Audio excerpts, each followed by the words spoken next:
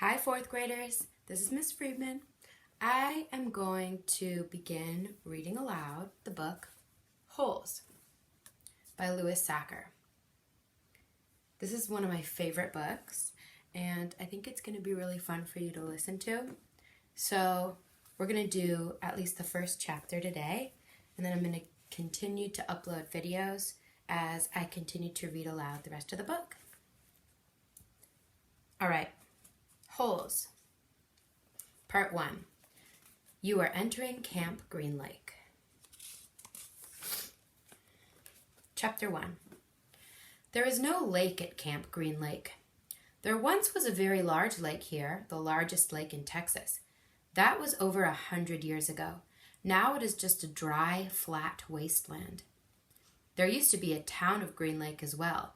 The town shriveled and dried up along with the lake and the people who lived there.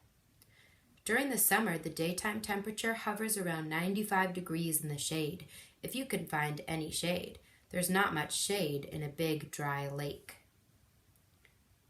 The only trees are 2 old oaks on the eastern edge of the lake. A hammock is stretched between the 2 trees, and a log cabin stands behind that. The campers are forbidden to lie in the hammock. It belongs to the warden. The warden owns the shade. Okay, already I'm making a picture in my mind. I'm visualizing what it looks like at Green Lake, at Camp Green Lake. And we know that this is a camp, and we know there's campers. But I've also heard the word warden. So a warden is somebody who's in charge of a prison. So that's kind of confusing to me. I'm confused. I'm wondering, is this a camp with campers and counselors, or is this some kind of a prison? Out on the lake, rattlesnakes and scorpions find shade under rocks and in the holes dug by the campers. Here's a good rule to remember about rattlesnakes and scorpions. If you don't bother them, they won't bother you, usually. Being bitten by a scorpion or even a rattlesnake is not the worst thing that can happen to you. You won't die, usually. Sometimes a camper will try to be bitten by a scorpion or even a small rattlesnake. Then he will get to spend a day or 2 recovering in his tent instead of having to dig a hole out on the lake. But you don't want to be bitten by a yellow-spotted lizard. That's the worst thing that can happen to you. You will die a slow and painful death, always. If you get bitten by a yellow-spotted lizard, you might as well go into the shade of the oak trees and lie in the hammock. There is nothing anyone can do to you anymore. Okay, so that was chapter 1. What do we know so far? We know Camp Green Lake is on a dried up lake that has no water in it anymore. There are campers, and they have to dig a hole every day. We know there's a warden or somebody who's in charge of a prison, so maybe this camp is kind of like a prison. It sounds like a place where people do not want to be, not like a fun summer camp, right? And we know that you might be bitten by a scorpion, a rattlesnake, or a yellow-spotted lizard. The worst thing to get bitten by is the yellow-spotted lizard. You will die for sure, okay? So that was chapter 1. Let's also read chapter 2. Chapter 2 is another short one. Chapter 2. The reader is probably asking, why would anyone go to Camp Green Lake? Most campers weren't given a choice. Camp Green Lake is a camp for bad boys. If you take a bad boy and make him dig a hole every day in the hot sun, it will turn him into a good boy. That was what some people thought. Stanley Yelnats was given a choice. The judge said, you may go to jail or you may go to Camp Green Lake. Stanley was from a poor family. He had never been to camp before. Which one do you think he chose? Okay, that was chapter 2. So now we've been introduced to somebody named Stanley Yelnats. So keep listening to figure out who is Stanley Yelnats and how is it going to be for him at Camp Green Lake. I'm a little worried about it. All right, chapter 3. Stanley Yelnats was the only passenger on the bus, not counting the driver or the guard. The guard sat next to the driver with his seat turned around, facing Stanley. A rifle lay across his lap.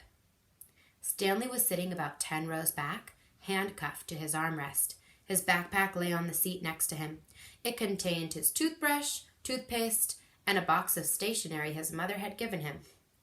Stationery is like a special kind of paper in envelopes. He promised to write to her at least once a week. He looked out the window, although there wasn't much to see, mostly fields of hay and cotton. He was on a long bus ride to nowhere. The bus wasn't air-conditioned, and the hot, heavy air was almost as stifling as the handcuffs. Stanley and his parents had tried to pretend that he was just going away to camp for a while, just like rich kids do. When Stanley was younger, he used to play with stuffed animals and pretend that the animals were at camp. Camp fun and games, he called it. Sometimes he'd have them play soccer with a marble. Other times they'd run an obstacle course or go bungee jumping off a table tied to broken rubber bands. Now Stanley tried to pretend that he was going to camp fun and games. Maybe he'd make some friends, he thought. At least he'd get to swim in the lake. He didn't have any friends at home. He was overweight, and the kids at his middle school often teased him about his size. Even his teachers sometimes made cruel comments without realizing it. On his last day of school, his math teacher, Mrs. Bell, taught ratios. As an example, she chose the heaviest kid in the class and the lightest kid in the class and had them weigh themselves. That's really mean, huh? Stanley weighed 3 times as much as the other boy. Mrs. Bell wrote the ratio on the board, 3-to-1, unaware of how much embarrassment she had caused both of them. Stanley was arrested later that day. He looked at the guard, who sat slumped in his seat, and wondered if he had fallen asleep. The guard was wearing sunglasses, so Stanley couldn't see his eyes. Stanley was not a bad kid. He was innocent of the crime for which he was convicted. He'd just been in the wrong place at the wrong time. It was all because of his no-good, dirty, rotten, pig-stealing great-great-grandfather. He smiled. It was a family joke. Whenever anything went wrong, they always blamed Stanley's no-good, dirty, rotten, pig-stealing great-great-grandfather. Supposedly, he had had a great-great-grandfather who had stolen a pig from a one-legged gypsy, and she put a curse on him and all his descendants. That means the people who are born after he dies. Stanley and his parents didn't believe in curses, of course, but whenever anything went wrong, it felt good to be able to blame someone. Things went wrong a lot. They always seemed to be in the wrong place at the wrong time. He looked out the window at the vast emptiness. He watched the rise and fall of a telephone wire. In his mind, he could hear his father's gruff voice softly singing to him. If only the woodpecker sighs, the bark on the tree was just a little bit softer. While the wolf waits below, hungry and lonely, he cries to the moon, if only, if only. It was a song his father used to sing to him. The melody was sweet and sad, but Stanley's favorite part was when his father would howl the word moon. The bus had a small bump, and the guard sat up, instantly alert. Stanley's father was an inventor. To be a successful inventor, you needed 3 things: intelligence, perseverance, and just a little bit of luck. Stanley's father was smart and had a lot of perseverance. Once he started a project, he would work on it for years, often going days without sleep. He just never had any luck. Every time an experiment failed, Stanley could hear him cursing his dirty, rotten, pig-stealing great-grandfather. Stanley's father was also named Stanley Yelnats. Stanley's father's full name was Stanley Yelnats III. Our Stanley is Stanley Yelnats IV. Everyone in his family had always liked the fact that Stanley Yelnats was spelled the same frontward and backward, so they kept naming their son Stanley. Stanley was an only child, as was every other Stanley Yelnats before him. All of them had something else in common. Despite their awful luck, they always remained hopeful. As Stanley's father liked to say, I learned from failure. But perhaps that was part of the curse as well. If Stanley and his father weren't always hopeful, then it wouldn't hurt so much every time their hopes were crushed. Not every Stanley Yelnats has been a failure, Stanley's mother often pointed out, whenever Stanley or his father became so discouraged that they actually started to believe in the curse. The first Stanley Yelnats, Stanley's great-grandfather, had made a fortune in the stock market. He couldn't have been too unlucky. At such times, she neglected to mention the bad luck that befell the first Stanley Yelnats. He lost his entire fortune when he was moving from New York to California. His stagecoach, that's like a carriage or like a wagon, his stagecoach was robbed by the outlaw Kissin' Kate Barlow. Pay attention to that name. If it weren't for that, Stanley's family would now be living in a mansion on a beach in California. Instead, they were crammed in a tiny apartment that smelled of burning rubber and foot odor. If only, if only.